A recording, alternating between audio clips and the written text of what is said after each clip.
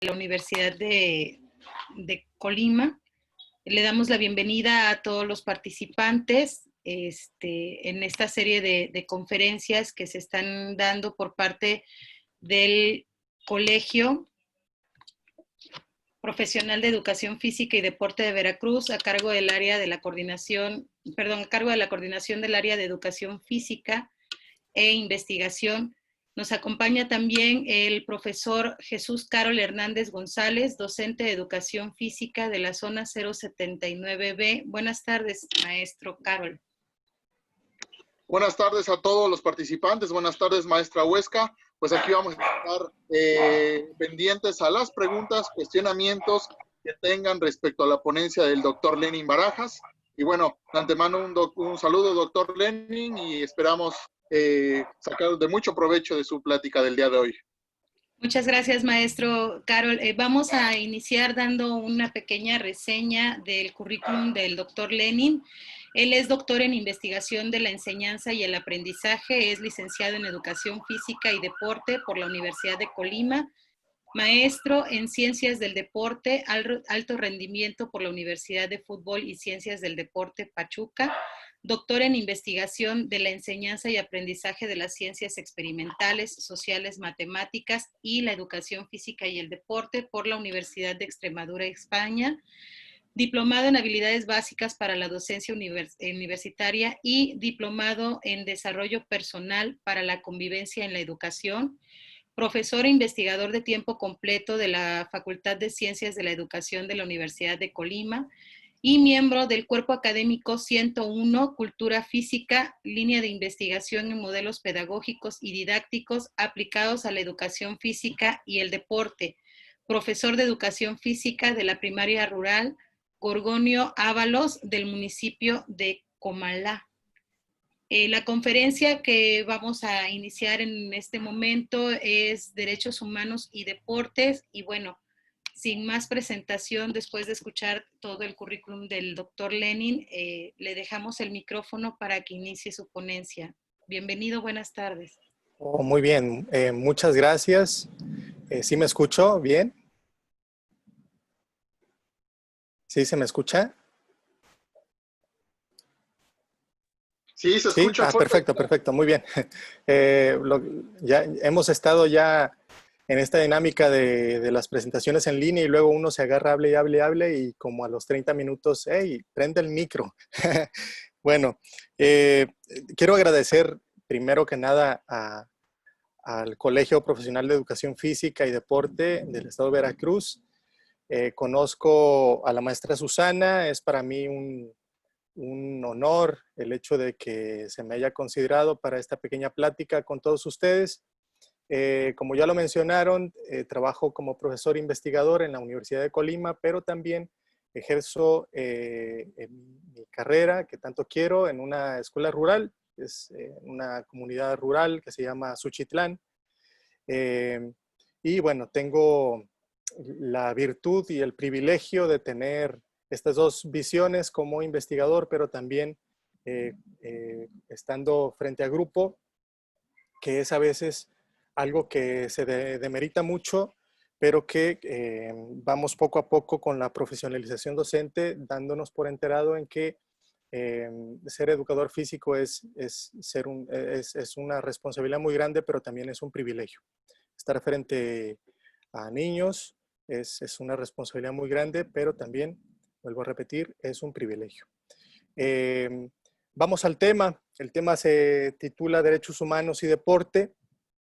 Básicamente, lo que voy a hablar el día de hoy con ustedes es sobre, primero, un ámbito muy general, a nivel internacional, cómo han surgido esta unión entre deporte y derecho, cómo se han utilizado ambos para solucionar problemas.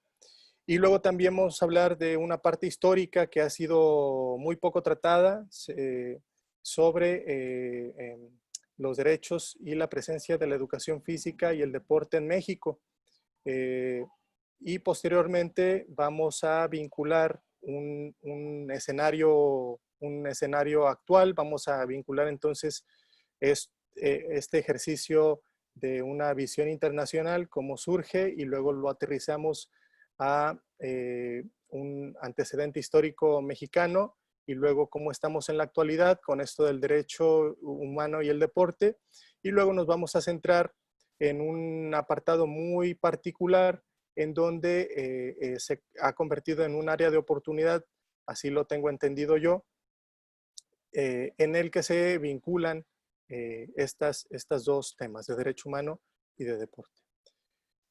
Entonces, sin más, vamos a ver estas pequeñas fotografías. Creo que ya todo mundo las tiene muy bien identificadas. Esto fue durante la Segunda Guerra Mundial, en donde surge la peor versión del ser humano. Está por demás meternos al contenido histórico.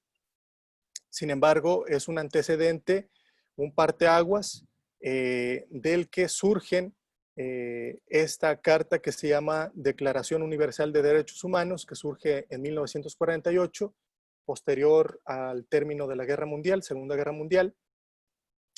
Y dentro de esta declaración, entre otras cosas, maneja los términos de igualdad entre todas las personas, maneja también los términos de dignidad humana y también el derecho a la educación.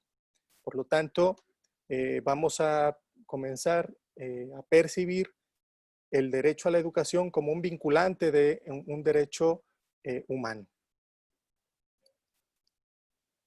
Bueno, lo que les comentaba de la estrecha relación entre el deporte y los derechos humanos, tenemos muchísimos ejemplos. Uno de ellos es lo que sucede en Sudáfrica con el famoso apartheid, y cómo Nelson Mandela lo que hace es utilizar como plataforma el deporte para promover derechos humanos de aquellas personas que no tenían el derecho a la práctica deportiva y el derecho a la inclusión, que era también parte de algo que estaba muy alejado porque no se podía practicar el rugby para la raza negra. Por lo tanto, una vez que se culmina todo el movimiento revolucionario pacífico de Nelson Mandela, lo que se esperaría en aquel entonces era una revolución de la raza afroamericana, raza negra, y estarían en contra de los blancos. Sin embargo, Nelson Mandela lo que hace es pacificar a partir de la utilización del deporte como un derecho a la inclusión. Además, paralelo a estos eventos de la Declaratoria Universal de Derechos Humanos, surge también la Carta Olímpica, más o menos por las mismas fechas, y la Carta Olímpica lo que menciona es que todo mundo tiene derecho a la práctica del deporte, sea cual sea. Entonces tenemos dos antecedentes internacionales en donde observamos que se vinculan de una manera u otra el derecho y el acceso a la educación y el derecho y el acceso al deporte.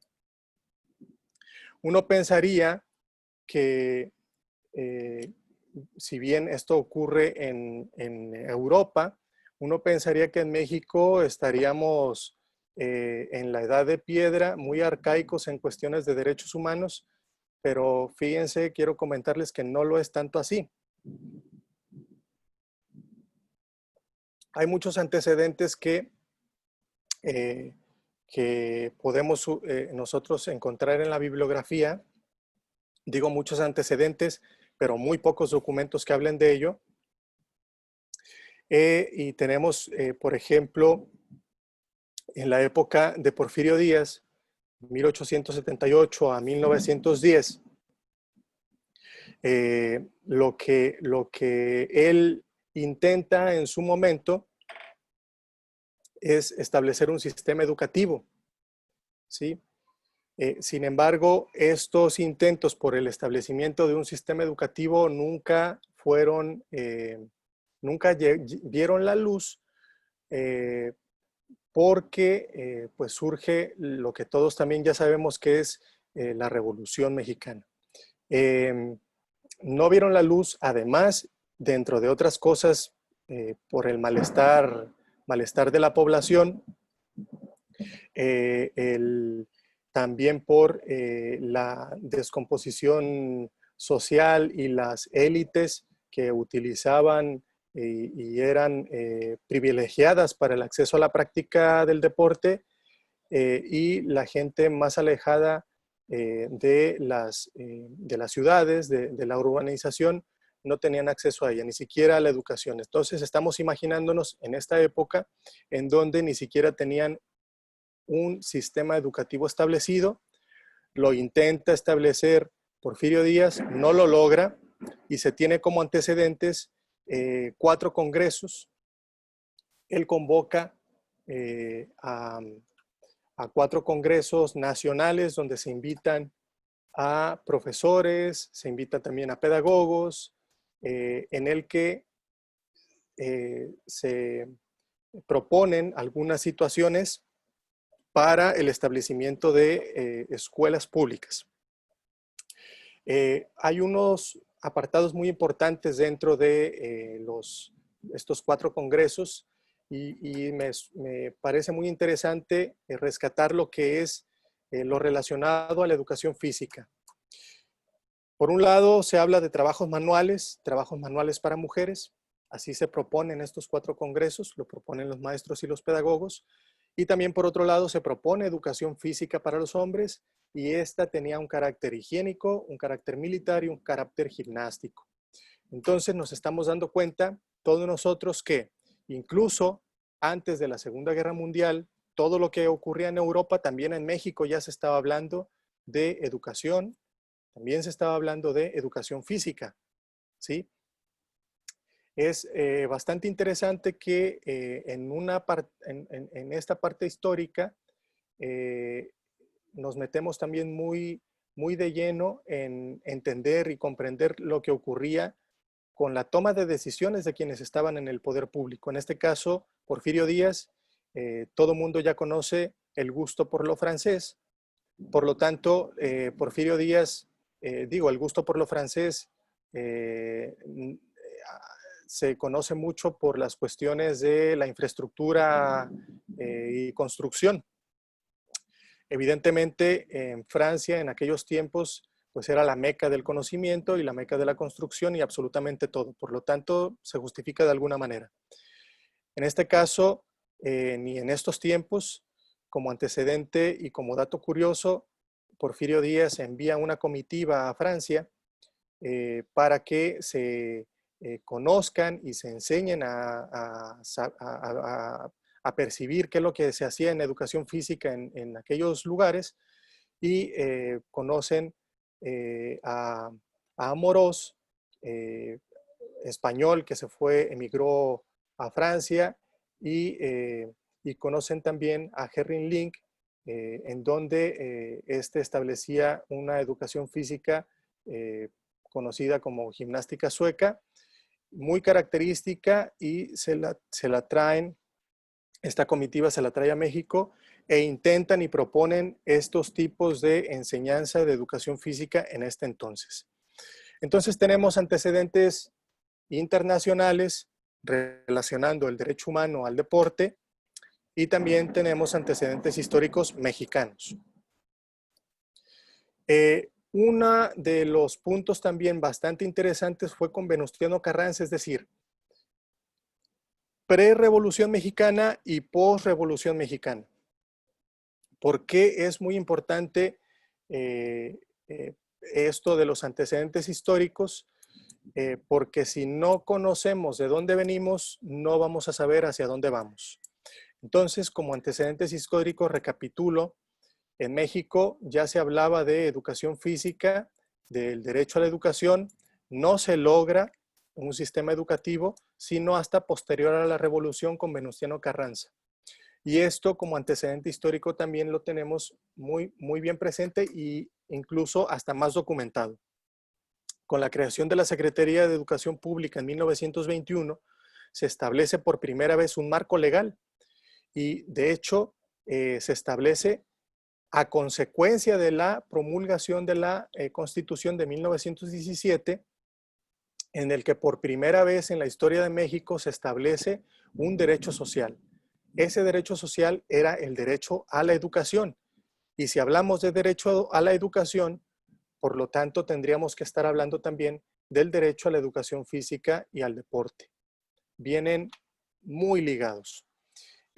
Como un comentario interesante, Venustiano Carranza consideraba la educación física como base de toda clase de cultura, ¿sí? Tenemos una imagen de este lado, este es Venustiano Carranza aquí arriba, y aquí abajo está Álvaro Obregón, presidente constitucional en aquel entonces y que promulga la Constitución del 17 y que posteriormente inaugura o estructura la Secretaría de Educación Pública y la primera Dirección General de Educación Física en México. Como aquí lo tenemos, en 1921 surge la institucionalización de la educación y por primera vez en México tenemos un derecho a la educación, ¿sí? Surge también junto con la Secretaría de Educación la primera dirección y también hay un dato bastante interesante que son las misiones culturales.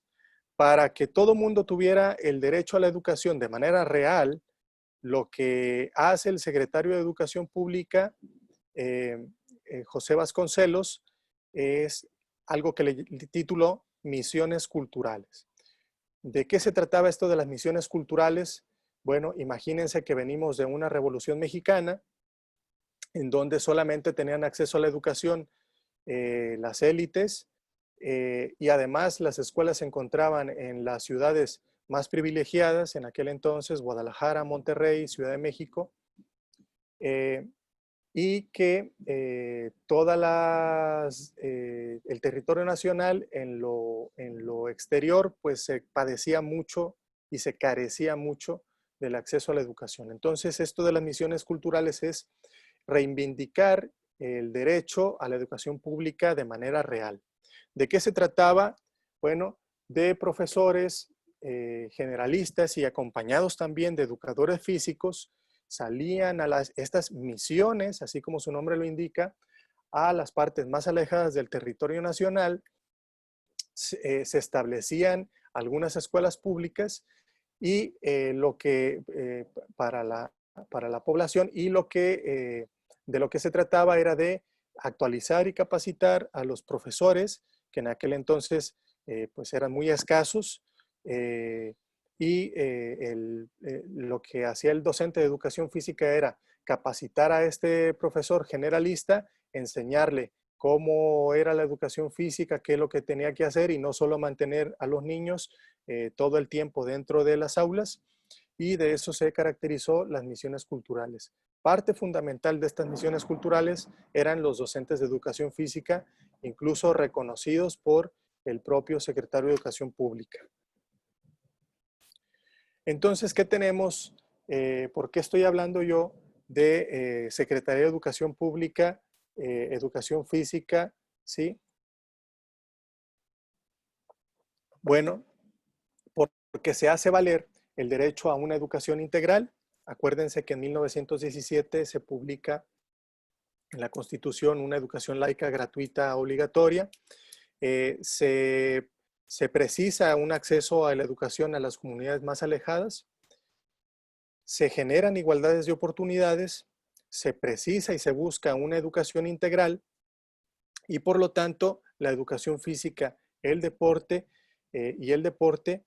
junto con la creación de instituciones, reivindican el derecho humano en México a la educación y a la educación integral y a la práctica del deporte. ¿Y por qué hablo de la creación de instituciones? Porque de 1921 a 1940 se crean todas las instituciones que ahora, en la actualidad, están vigentes, ¿sí? Se crea la Secretaría de Educación, se crean las direcciones generales de educación física que después pasan por una situación de que se mueven de responsabilidades, pero se mantienen vigentes. Se crea la CONADE, el Comité Olímpico Mexicano, y bueno, son instituciones que todavía permanecen vigentes, incluso federaciones. Entonces, bueno, les presento el eje central del derecho humano a la educación y el derecho humano a la educación física y al deporte. Esta es la estructura actual. ¿Cómo se encuentra México después de esto que hablé de los antecedentes históricos? Bueno, en la actualidad tenemos el artículo 3º constitucional. Voy a ir desglosando este.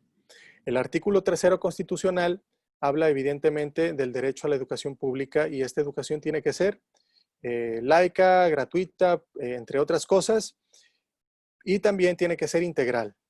¿Quién es el encargado de desarrollar esto, de la educación pública? La Secretaría de Educación Pública como figura de estructura. Aquí la tenemos. Entonces, hablamos de que la Secretaría de Educación Pública es la responsable de dirigir una educación integral y por lo tanto tenemos a la educación física como coadyuvante para el logro de que sea integral. La educación física, entonces, ¿qué es la educación física? Bueno, la educación física es una ciencia de la educación que utiliza el juego y el deporte para promocionar, para promover conocimientos, habilidades, actitudes y valores, y que como estructura de la Secretaría de Educación Pública contamos con 50 minutos, 2 sesiones semana-mes, al menos así es acá en Colima. Creo que en algunas entidades de la República es solamente 1 hora, y, perdón, sí, 50 minutos una vez a la semana.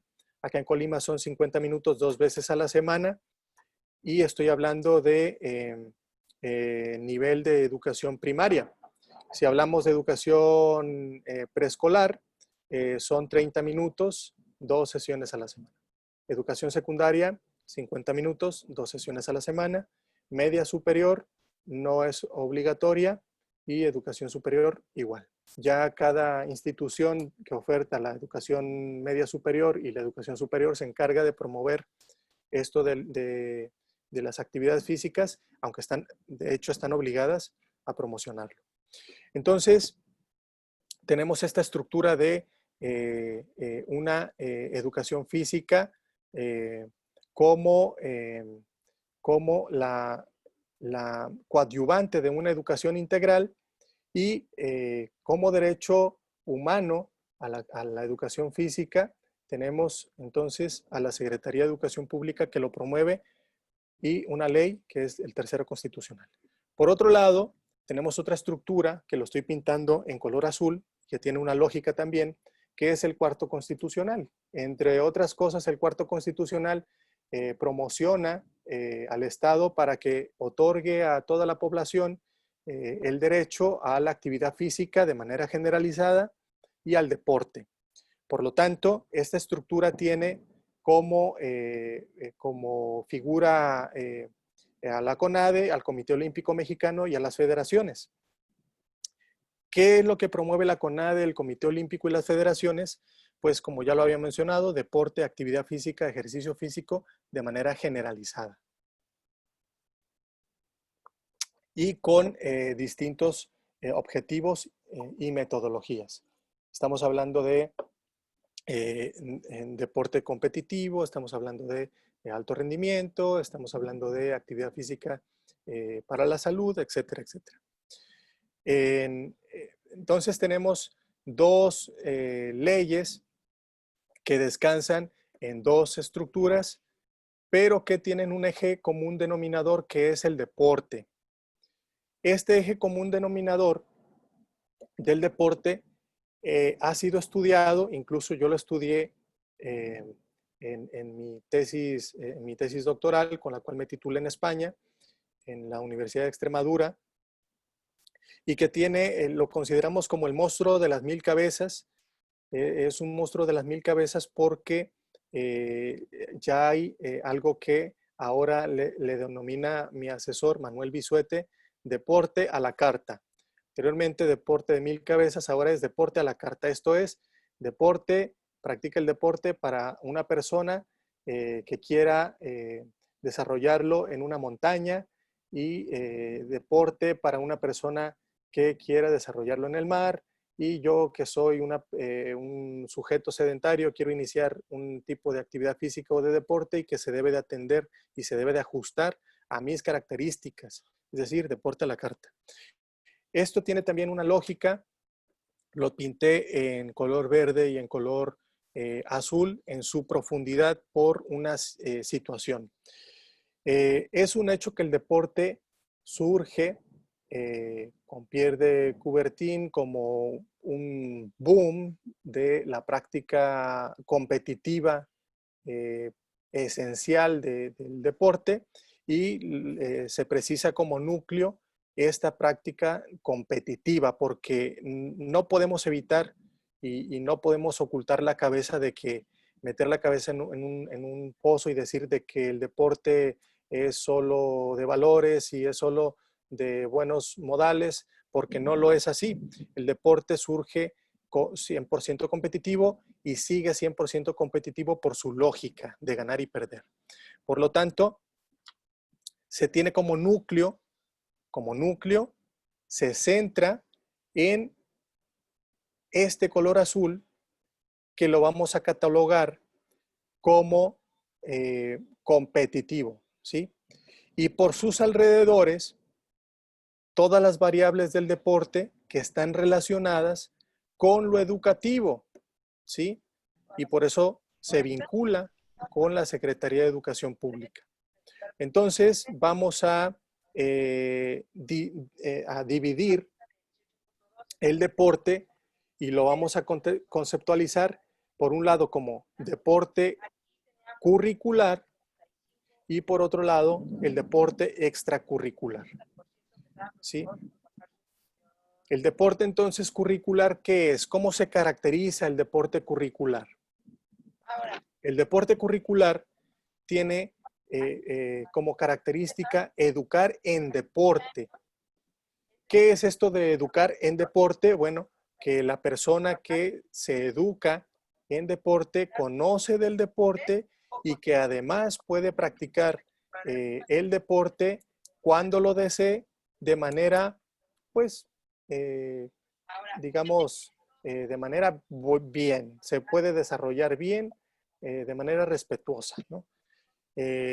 Otra característica del deporte escolar curricular es la máxima participación, busca la máxima participación, es decir, todos pueden practicar aquí. Tiene como eje fundamental la cooperación y se precisa de igualdad y equidad de condiciones.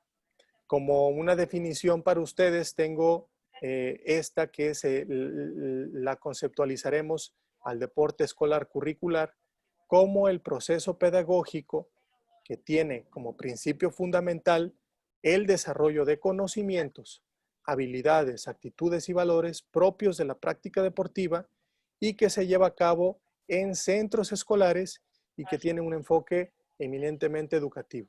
Entonces, voy a subrayar para el deporte escolar curricular estas claves. Primero, es pedagógico, su enfoque es educativo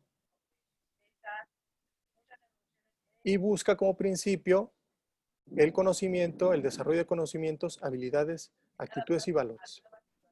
Y evidentemente se desarrolla dentro de los centros escolares. Entonces voy a regresarme. Estamos conceptualizando deporte escolar curricular, que sería este de aquí, y que se vincula directamente a la Secretaría de Educación Pública. Por otro lado, tenemos el concepto de deporte escolar extracurricular. Ojo con esto. También es un proceso de enseñanza, generalmente de tipo tradicional, no es tan pedagógica en algunos casos, no quiero generalizar. Es desarrollada fuera del entorno escolar y tiene como principio fundamental el proveer atletas al mundo del deporte de méritos, ¿sí? Tenemos entonces que el deporte escolar extracurricular sería educar para el deporte, esto es, que toda la persona que está dentro de este ámbito se convierte en un semillero de atletas o para atletas de alto rendimiento, o se buscaría por lo menos eso. Este tipo de prácticas es selectivas, son competitivas y son excluyentes. Y esto no quiere decir que se tenga que satanizar el deporte escolar extracurricular, porque por ahí no es el camino, sino que, me regreso, tenemos que tener muy claro todos los educadores físicos que hay dos tipos de prácticas del deporte. Por un lado, el pedagógico y por otro lado, el competitivo. Y que se centran en el derecho fundamental a la educación y también el derecho fundamental a la educación integral y por otro lado, el derecho a la actividad física, el derecho al deporte, ¿sí? Sin embargo, quiero arrojar esta pregunta para ustedes que me están escuchando. ¿Por qué invertir mucho en deporte extracurricular y no en deporte curricular? ¿Por qué se invierte tanto en el deporte competitivo y no lo es así en el deporte educativo que le llamaríamos curricular? Sí, las niñas tienen el derecho a la práctica del deporte de manera generalizada, pero solamente se promociona de manera exponencial en el deporte extracurricular, es decir, el competitivo. Bueno,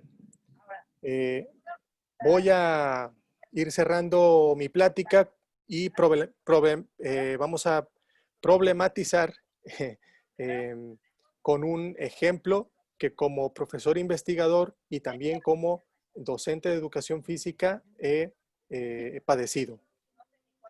Y nos vamos a centrar, como ya lo había mencionado al principio de la plática, desde los antecedentes históricos internacionales del derecho al deporte y luego cómo surge el derecho al deporte desde el contexto mexicano, que surge de la mano de la Secretaría de Educación Pública y que también en la actualidad tenemos dos artículos que se relacionan íntimamente con un concepto llamado deporte.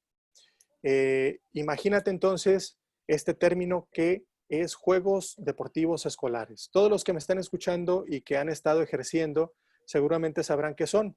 Es una práctica que tiene una estructura competitiva y que se desarrolla en niveles de educación preescolar, de educación primaria y de educación secundaria. ¿Cómo se caracteriza estos juegos deportivos escolares?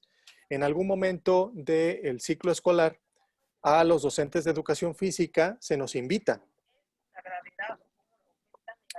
a participar por parte de la Secretaría de Educación Pública y la CONADE, cada uno de los estados con sus respectivos niveles, se nos invita a participar en este evento. Entonces, yo había hablado de la práctica del deporte escolar curricular que tiene que ser pedagógica, didáctica, de máxima participación. Imagínate que tú como educador físico así le enseñas a los niños con este tipo de orientación del deporte porque así lo marca el programa de estudios de educación física. Entonces te invitan a participar en este evento que se contrapone por completo a estos conocidos enfoques educativos y en un panorama completamente competitivo. ¿Sí? Imagínate qué es lo que pasa con un profesor de educación física que en lugar de enseñarle el deporte en el niño con orientación pedagógica y didáctica y eminentemente educativa y de máxima participación, le enseña al niño dentro de las sesiones de educación física en los centros escolares el deporte competitivo, competir, ganar, seleccionar. Entonces, tenemos dos tipos de profesores de educación física con dos orientaciones diferentes que que se concentran en los juegos deportivos escolares y ocurren una serie de situaciones que no tienen nada que ver con lo que se buscaría de esto de los juegos deportivos escolares, que sería la convivencia, la unión, la interrelación, la cooperación, y se presentan entonces situaciones que para los niños incluso son demasiado complejas, no pueden soportar el hecho de que a mí, que me enseñó mi profe de educación física, que competir no es lo importante, me lleva a una competencia en donde me meten muchos goles y los compañeritos de otras escuelas se burlan de mí. Entonces el deporte es malo y mejor lo abandono. Esto ocurre entre otras cosas. Por lo tanto, ¿qué es lo que se necesitaría dentro de las propuestas que yo quiero platicar con ustedes en relación en torno al derecho y al acceso al deporte y a la actividad física? Pues generar un nuevo marco legal para el deporte en la escuela, que no lo tenemos. Quiero comentarles a ustedes que hace un breve momento, hace prácticamente una hora, habíamos estado platicando en un foro también muy importante aquí en Colima para el establecimiento de nuevas leyes de cultura física y deporte del Estado. Estamos en tiempos de que los diputados ahora se han preocupado y están volteando la mirada a los profesionistas de educación física, a los investigadores, incluso a los propios atletas y entrenadores, para que ellos indiquen qué es lo que hace falta para que el deporte en Colima resurja. Por un lado, estamos hablando de el Instituto Colimense del Deporte, que tiene que ser eminentemente competitivo todo, pero también en el marco legal yo acabo de proponer la incorporación del enfoque educativo cuando es sobre todo en un ámbito escolar. Entonces, en algunos momentos se precisaba eliminar la práctica del deporte en los centros escolares. Eso era una de las justificaciones hasta no hace mucho tiempo de algunos profesores de educación física y tomadores de decisiones. Incluso se ha llegado a percibir la práctica del deporte en educación física por los educadores físicos, se percibe de manera negativa. Tanto los docentes generalistas como los directores y supervisores ven de esta práctica algo muy malo.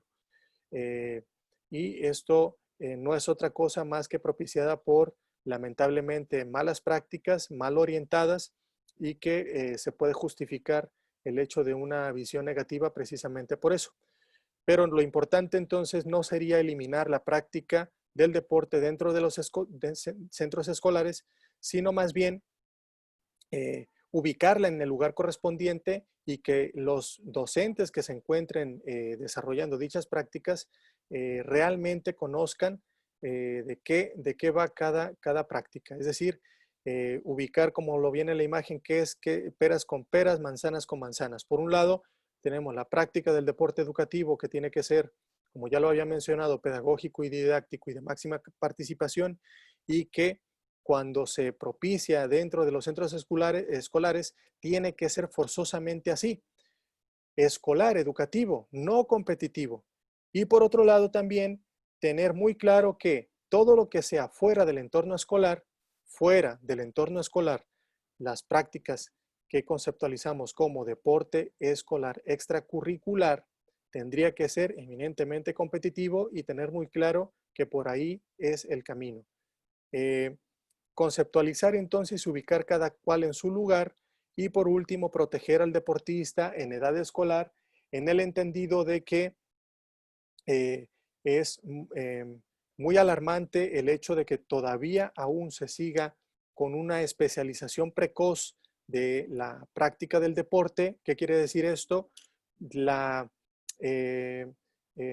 utilización de niños a temprana edad para que se especialicen y entonces sean campeones, bajo la lógica de que mientras más pequeños practiquen, mejor se van a hacer. Y esto es un error muy común, que todos piensen de esta manera, y digo que es un error muy común porque ya está por demás comprobado de que lo importante no es la edad en la que tú inicias al deporte, sino el tiempo que se dedica a la práctica de dicho deporte.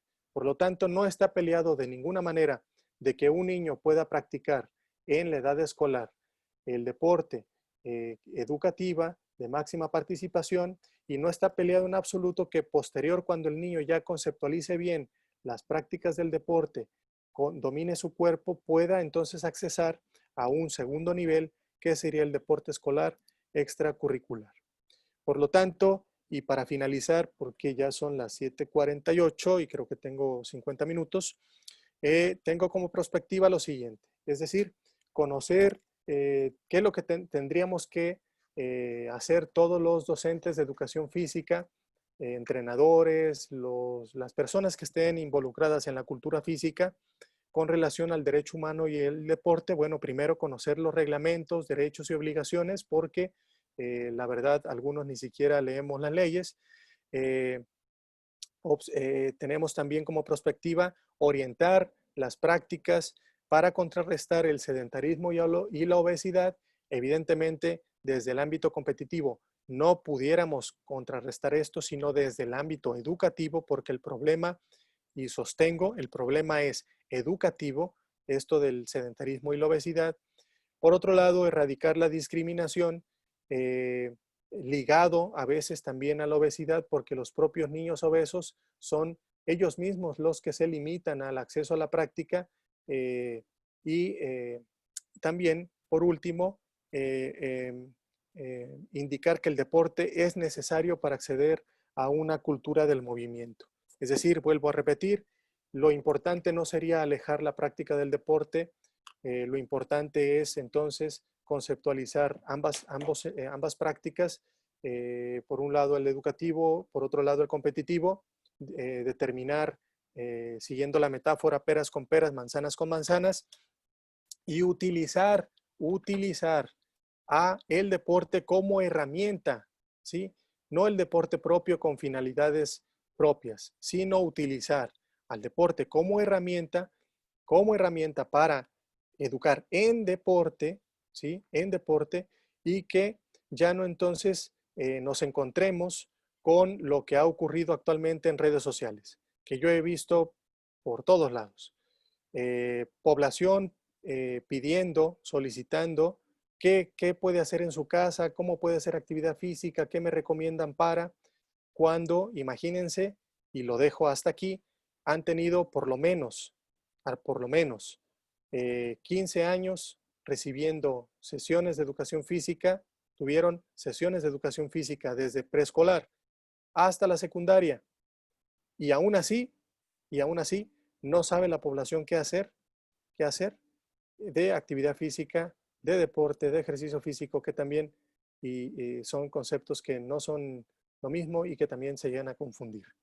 Con esto finalizo y agradezco a todos el hecho de haberme escuchado, y bueno, espero atento sus preguntas si es que las hay, y de verdad nuevamente una felicitación a la maestra Susana por este evento, y una felicitación también pues al colegio por tengo el honor y el privilegio de que ustedes me hayan invitado. Muchas gracias a todos.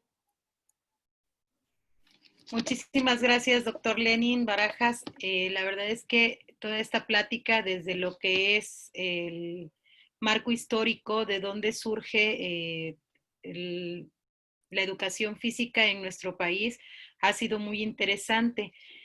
Me gustaría saber, en este caso, con la contingencia por COVID, ¿qué impacto ha tenido en los derechos fundamentales de la actividad física y el deporte? Toda esta situación que tenemos ahora de estar en casa, ¿qué impacto ha tenido en los derechos fundamentalmente? Sí, bueno, en los derechos no ha cambiado absolutamente nada, permanecen vigentes. Sin embargo, ahora con un fenómeno que incluso me ha gustado me ha gustado, digo, porque es bastante interesante. Ahora, hace 30 años no ocurría esto de la deportivización. Ahora todo mundo quiere hacer deporte y eso me parece sumamente bueno. Ahora exigen, ¿sí? Exigen la práctica del deporte, exigen que se abran los centros deportivos. Hay movimientos. Yo he visto, por ejemplo, en Veracruz, lo digo por redes sociales, que tengo amistades por allá, que han salido a las calles a marchar y a protestar todas las personas que están en los gimnasios y quieren que se abran ya los gimnasios. Acá en Colima ha ocurrido algo similar, aunque no han salido a las calles, sí han estado presionando para que se abran los centros deportivos, pero de ninguna manera se han, digamos, de una manera estricta se han vulnerado los derechos, eh, aunque algunos así lo mencionen, sino que, bueno, por derecho también tenemos el hecho de que tenemos que cuidarnos entre todos y muy atinadamente se ha propuesto también algunas condiciones de la Secretaría de Educación, perdón, de la Secretaría de Salud con esto de la suspensión de clases, ¿sí? Que imagínate lo que sería, mi hijo no tiene derecho a la educación porque la propia Secretaría ya la suspendió. Eso se pudiera leer de esa forma, pero no lo es tanto así porque incluso ya se ha solventado de manera legal estas situaciones, ¿no? En los congresos se han publicado reformas y no reformas como tal, pero también artículos que se adhieren para que no se tenga la justificación entonces de indicar que se están vulnerando los derechos al acceso a la educación y al deporte por el COVID. Bien, muchísimas gracias, doctor. Invitamos a todos los participantes a que si tienen alguna pregunta, la hagan por medio del chat o también pueden levantar la mano para que podamos abrir su micrófono y aprovechar que está el doctor Lenin para hacerle las preguntas o los comentarios pertinentes. No sé si quiere agregar algo el maestro Jesús Carol Hernández. Claro, bueno, agradecer los comentarios que nos está dando el maestro, el doctor Lenin Barajas. Ya tenemos la primera preguntita por aquí, que dice, ¿quién es el encargado de promover el deporte de manera internacional y quién es el encargado de promover el deporte en México? De manera internacional, bueno, tendríamos que hablar del Comité Olímpico Internacional y por otro lado tendríamos que hablar de la CONADE, Comisión Nacional del Deporte en México. Maestro, doctor, a manera de comentario o de pregunta, ¿qué tanto sugiere usted utilizar los cursos que está dando gratuitamente la CNDH? Que muchos de ellos hablan, obviamente, de derechos humanos, pero he encontrado 2 o 3 que hablan acerca de educación y uno específicamente que habla entre la relación que hay entre deporte y en educación física. Lo comento porque en lo personal sí he abordado 2 o 3 cursos de ellos y toma parte de lo que usted estaba comentando, de esa historia que usted estaba comentando y sobre los artículos del tercero y cuarto, por situarlos. Sí, fíjate que no he tenido la oportunidad de conocer estos cursos. Honestamente no tendría yo algún comentario preciso, pero de manera general te pudiera decir que todos los cursos que tomes y que tomemos siempre son buenos. No lo sabemos todo y es importante siempre estar actualizado. La CNDH pues es una institución reconocida a nivel internacional incluso.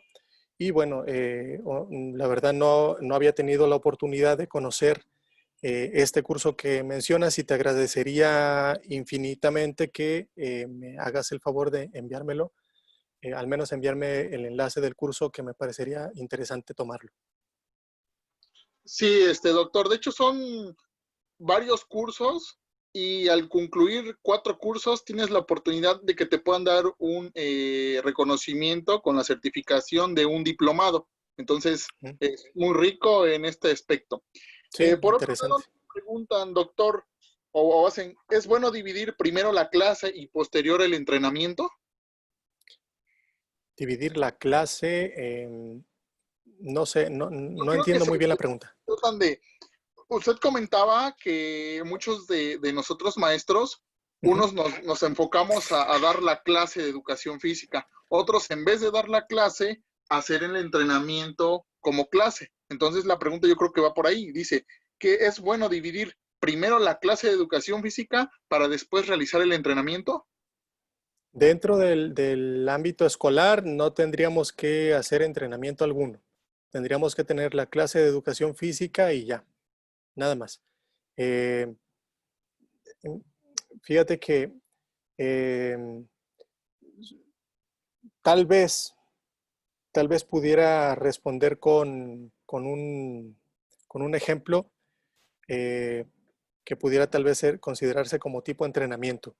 Fíjate que hasta hace poco tuve la oportunidad de guiar a 2 estudiantes de la licenciatura. Entonces los llevé a mi comunidad para que ellos desarrollaran su proyecto de titulación, su proyecto de investigación.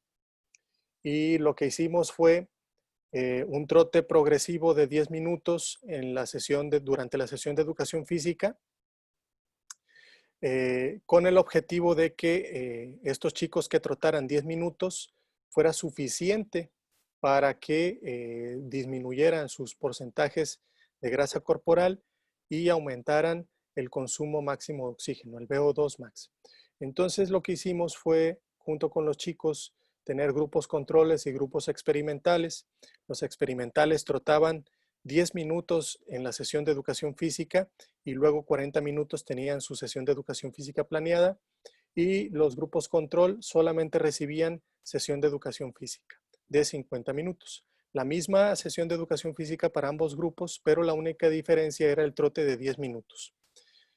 Y tuvimos resultados significativos, incluso eh, sin tener el control de restricción calórica, ¿sí? Eh, Lamentablemente se nos vino esto del COVID y solamente tuvimos primera y segunda toma con cortes de 3 meses, es decir, al inicio del ciclo escolar y luego, bueno, un poco avanzado ya el ciclo escolar, y luego a los 3 meses se viene el COVID y ya no tuvimos la oportunidad de medir la tercera toma. Sin embargo, tuvimos datos bastante interesantes. Los chicos experimentales sí disminuyeron sus porcentajes de grasa por contra los que solo recibieron educación física. Entonces, respondiendo quizás a la pregunta con este ejemplo, yo uniría la sesión de educación física junto con partes interesantes de entrenamiento. Sin embargo, me gustaría ser muy claro que si la pregunta va dirigida en ese tono, y si no, tendría que ser educación física exclusivamente desde lo pedagógico, lo que indica el programa de estudios, y luego por las tardes entrenamiento. Ok, perfecto, doctor. Tenemos también a David Victoria Morales en la sección de preguntas y respuestas, que dice así: ¿qué repercusiones puede haber en cuanto al derecho deportivo para los niños en los juegos deportivos escolares, cuando los compañeros que tienen más experiencia de participación buscan ganar sobre la mesa, revisando detalles en papeleo? Sí, esto ocurre, lamentablemente ocurre, es lo que yo les comentaba acerca de que no hay realmente un piso parejo, si le quieren llamar así. Eh, Fíjense que lo puedo comentar también como a manera de ejemplo, porque lo he vivido. El interés muy particular de mi persona era llevar a cualquier niño que quisiera participar en los Juegos Deportivos Escolares. Entonces hice una lista bastante amplia. Eh, Todos los niños tienen el derecho a participar en los Juegos Deportivos Escolares. Sin embargo, es el propio educador físico el que de alguna manera se ve obligado, me gustaría ya decirlo así, se ve obligado a tener que seleccionar a los mejores niños para tener la posibilidad mínima de competir contra otros docentes y otros niños. Entonces, imagínate que estamos ya vulnerando el derecho propio del niño a participar por el simple hecho de que no es hábil en alguna práctica y que tiene el deseo de hacerlo. Entonces, lo que yo hice fue, bueno, todo el que quiera participar, venga. Lamentablemente, como estoy en una comunidad rural, necesitamos trasladarnos a las cabeceras municipales, que es donde se encuentran las instalaciones de la práctica, y me vi limitado. Me comentaron de que no podía llevar a todos porque no cabían todos en el camión y que era un camión que ya venía cargado de otros niños de una comunidad más alejada. Entonces me tuve que platicar con los padres de familia e indicarles lo que estaba ocurriendo y que si algún padre de familia estaba interesado en llevar al niño, yo aún así allá lo recibía y lo metía. Y luego entonces me enfrenté con que hay un reglamento en los Juegos Deportivos Escolares que no se cumple. Una parte del reglamento que no se cumple es que todo el niño que participe en los Juegos Deportivos Escolares tiene que jugar.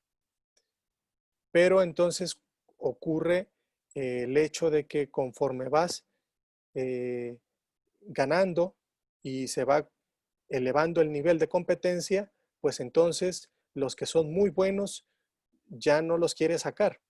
¿Por qué? Porque tienes el afán de ganar, cuando el objetivo evidentemente tendría que ser otro, ¿sí? Entonces, bueno, hay un reglamento y hay pues docentes que todavía no comprenden, todavía no entienden que tiene que ser el deporte en edad escolar, sobre todo cuando se convoca por la misma Secretaría de Educación Pública, tendría que ser educativo, ¿sí? Y no competitivo, pero como ya lo mencioné, lamentablemente la lógica de la estructura de los Juegos Deportivos Escolares pues es competitiva, ¿no? Seguimos invitando a los participantes a que realicen sus preguntas, sus comentarios por medio del chat. Y pues bueno, doctor, creo que sé muy bien de lo que habla. Yo también soy maestro de educación física, también trabajo en una comunidad y es muy difícil trasladar a los niños. Y desgraciadamente, no sé si comparta mi comentario, pero todavía está ese tabú de que los compañeros de grupo, los directores, inclusive padres de familia dicen, si los alumnos del maestro ganan un buen lugar o siguen pasando la etapa, el maestro de educación es bueno. Si los alumnos no pasan a la siguiente etapa, te quedaron en último lugar, el maestro de educación física es malo. Sí, sí, Entonces, así es. espero entender muy bien esa parte, doctor. Así es, entonces imagínate que mi plática fue desde lo internacional y luego lo nacional de manera histórica, hasta solo es un ejemplo, son los Juegos Deportivos Escolares y cómo se están vulnerando los derechos, ¿no? Solamente en este ejemplo. Y cómo se vulneran a partir del desconocimiento general, incluso de los propios docentes de educación física, pero también de los tomadores de decisión que no tienen por conveniente el hecho de que modifiquen las estructuras que ya están por demás muy precarizadas y que no persiguen los objetivos que se tenían que perseguir. Ahorita, doctor, que comenta que se vulneran los derechos, de Estela Díaz dice, como comentario, dice, cierto, al hacer una selección suena a exclusión. Ahí ¿se viola algún derecho de los alumnos? Sí, así es. Pues se viola el derecho a la participación. Sin embargo, es la propia condición y estructura de los Juegos Deportivos Escolares que lo promueven. Por lo tanto, estamos hablando de esto se le llama de manera legal una controversia. Cuando hay una controversia quiere decir que hay dos leyes que se están contraponiendo, que son completamente, chocan, digamos, de alguna manera. Entonces sí, existe una controversia en los Juegos Deportivos Escolares porque por un lado tenemos el derecho al acceso y a la práctica del deporte, pero por otro lado tenemos la ley los Juegos Deportivos Escolares que nos indican y que digamos se amparan en la propia ley del derecho al acceso al deporte, es decir, la propia Secretaría de Educación te dice, hey, mira, te estoy dando el derecho al deporte, a que hagas la práctica del deporte, pero tienes que, como es una práctica competitiva, pues entonces tienes que hacer una selección para que tú puedas transitar los niveles y ganar y ser campeón. ¿Me explico? Entonces, digamos que es una controversia. Bien. Doctor, Claro. buenas noches. Ay, perdón. No, sí, adelante. Adelante. Bueno, ok. Tenemos a alguien que quiere realizar su participación. Acaba de levantar la mano. Vamos a darle la oportunidad de abrir el micrófono a Vidal Romero para que haga su comentario, su cuestionamiento. Sí, ¿me escuchan? ¿Me escuchan? Sí, adelante, Sí. adelante. Buenas noches. Sí, comentando eso de los Juegos Deportivos Escolares, lo que pasa es que muchas veces uno como docente, pues se enfoca más en dar clases que en trabajar el deporte escolar, cuando realmente las dos cosas son importantes. Entonces aquí el problema es desde nuestras autoridades locales, porque hay escuelas muy grandes de 500, 600 alumnos, estoy hablando de aquí de Poza Rica, y a la hora de los juegos deportivos escolares, no meten equipos. Entonces yo tengo una matrícula de 235, 240 alumnos y trato de participar en básquet, en vóley, en fútbol, en atletismo, tratando de distribuir a mis alumnos y participar en el mayor número de competencias. Pero muchos compañeros no lo hacen y nuestras autoridades no les exigen. Entonces, desde ahí debe de haber el interés de nosotros como docentes para poder participar, hablar con los papás, hablar con el director, mire, vamos a participar en este evento. No tenemos un equipo fuerte, pero lo principal es que los niños participen, que convivan con otros niños, que conozcan otras escuelas. Es un ambiente diferente de la escuela al de salir. O sea, yo me doy cuenta en eso porque trabajo el básquetbol en mi escuela, pero también tengo equipo de fútbol, tengo equipo de atletismo. Cuando hay alguna competencia trato de llevarlos. Entonces, a lo que viene mi comentario es eso, que nos hace falta a nosotros como docentes hacernos más responsables y poner en alto el nombre de nuestras escuelas, más que, más que ver si tengo un equipo o no, pues que vean que las escuelas participan, porque muchas veces igual nuestras autoridades en los juegos deportivos escolares, en las eliminatorias, no, pues si participas en fútbol, no participas en básquet, si participas en básquet, no participas en vóley, si participas en atletismo, nada más dos pruebas y un relevo. Entonces, la idea es que participen más. Así es. Nos deben de dejar participar en todos los deportes a nuestros niños. Yo que tengo una matrícula baja, no me da esta para tener equipos en todos los deportes, pero sí puedo participar. O sea, si nos dan esa oportunidad, pues habría más participación y por otro lado también en hacer las ligas escolares, porque de esa forma pues tenemos participando los niños cada 8 días, cada 8 días, cada 8 días, y esto obviamente va a subir el nivel competitivo de las escuelas. Obviamente en el primer año a lo mejor va a ser un relajo porque pues apenas si juegan básquet, apenas si juegan vóley, apenas la mayoría juegan fútbol, la mayoría corren, pero básquet y vóley no todos lo juegan, pues te juegan uno o dos, pero en una liga escolar ahí vas fomentando el deporte y vas haciendo que participen más y que suba el nivel competitivo. Completamente de acuerdo, Vidal, con tus comentarios y de hecho, bueno, así ocurre acá también, ¿no? Tengo compañeros profesores que tienen esta misma postura de que todos los chicos deben de participar, pero a la hora de que de que unos participan en fútbol, ya no los dejan participar en otro deporte y por lo tanto, pues como lo comentaba anteriormente, se vulnera también el derecho a la participación. Y está amparado en las leyes, ¿no?, que sustentan a los Juegos Deportivos Escolares y que eso, por un lado, tiene que caminar, tiene que irse ya, ¿sí? Y bueno, ¿qué es lo que necesitamos? Pues que haya tomadores de decisiones que tengan el conocimiento de esta situación y que, bueno, modifiquen de alguna forma la práctica de los juegos deportivos. Y hay muchos ejemplos que han sido muy exitosos, porque uno pudiera decir, bueno, si quito los juegos deportivos escolares, ¿ahora qué me quedaría, no? Pero pongo en la mesa algo que conocí en Barcelona, que se llama Yoga Bear Play. Yoga Bear Play es una estructura diferente a la estructura competitiva de los Juegos Deportivos Escolares. Digamos, Yoga Bear Plate es competitivo, sin embargo, no solamente se considera el puntaje o los goles para ganar y perder, sino que también se considera la opinión del árbitro, que da puntaje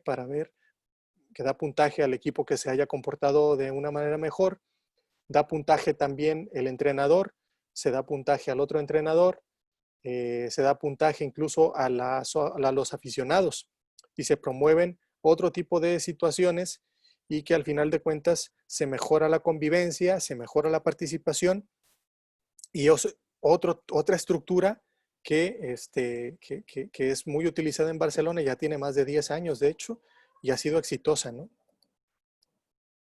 De hecho lo voy a escribir aquí, se llama Yoga Bear Play. Lo pueden ustedes, es Bird. Lo pueden ustedes buscar en YouTube y sin ningún problema ahí lo revisan, ¿no? Viene incluso hasta el reglamento y todo.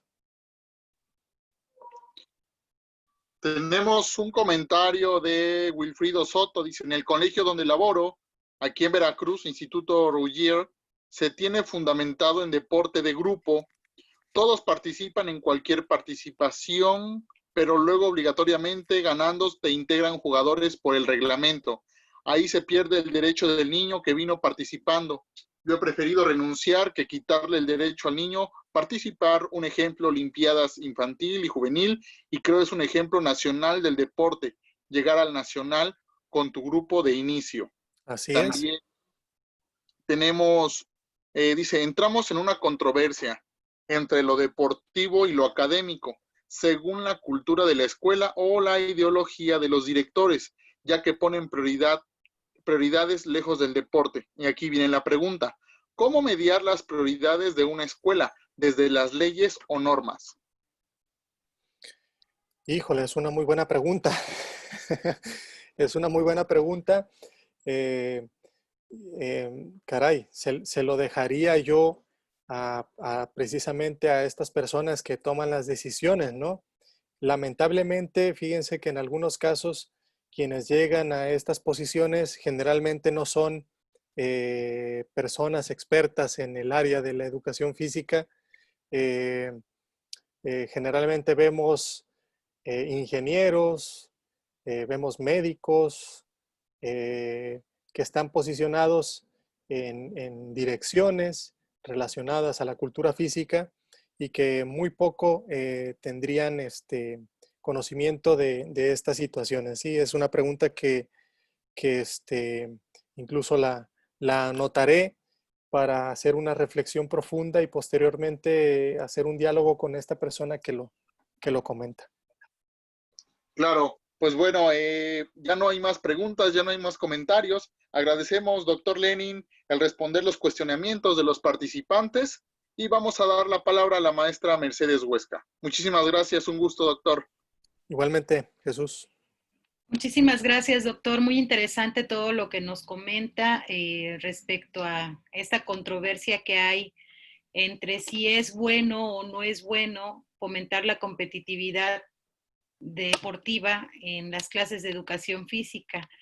y la realidad es que pues ahí tendrían que aclararse muchos puntos para poder eliminar y poder trabajar de una manera más efectiva con aquellos alumnos que se distinguen físicamente o que se resaltan con características físicas y que valdría la pena por ahí a lo mejor apoyarlos un poquito más para que siguieran destacando y bueno, seguir trabajando con el resto de los alumnos. La verdad es que sí es un tema que por ahí llevaría muchísimo, muchísimo trabajo, como lo estuvieron comentando los demás maestros de educación física. Yo por mi parte, maestro, pues, doctor, perdón, le agradezco muchísimo su participación. Ya no hay más preguntas, ¿verdad, Jesús Carol? Acabamos con las preguntas. Entonces, cedo el micrófono a la maestra a Susana Antonio para que ya nos haga el favor de despedir esta transmisión. Muchísimas gracias, fue un placer. Gracias, Mercedes, el placer es mío. Adelante, maestra Susana. Muchísimas gracias, maestra Mercedes, Huesca, muchas gracias, profesor Jesús Carol, y por supuesto, doctor Lenin Barajas, un gusto como siempre convivir con usted. Me hace mucho ruido el hecho, ahorita que estuviste trabajando con las fechas, el hecho de que el próximo año estamos a punto de cumplir precisamente 100 años que se generó la educación física a nivel legal, a nivel direcciones estatales. Entonces, creo que estamos en una buena oportunidad incluso de generar festejos y también no solamente festejos, sino análisis y reflexiones sobre la labor tan importante que estamos haciendo. Eso por un lado, y bueno, hacer este análisis como ya lo comenta usted, sobre la importancia que debemos de tener al dividir nuestras visiones de que una cosa es deporte y otra cosa muy diferente es el deporte escolar. Cada uno tiene sus fines, cada uno tiene sus propósitos y es muy importante que nosotros como docentes lo sepamos, no solamente en la teoría, sino también en la práctica. Doctor Lenin, un gusto convivir el día de hoy con usted, con todos ustedes también, nuestros participantes. Muchísimas gracias. Gracias a ti, Susana, por la invitación. Es un honor, créeme. Esperemos saludarnos pronto.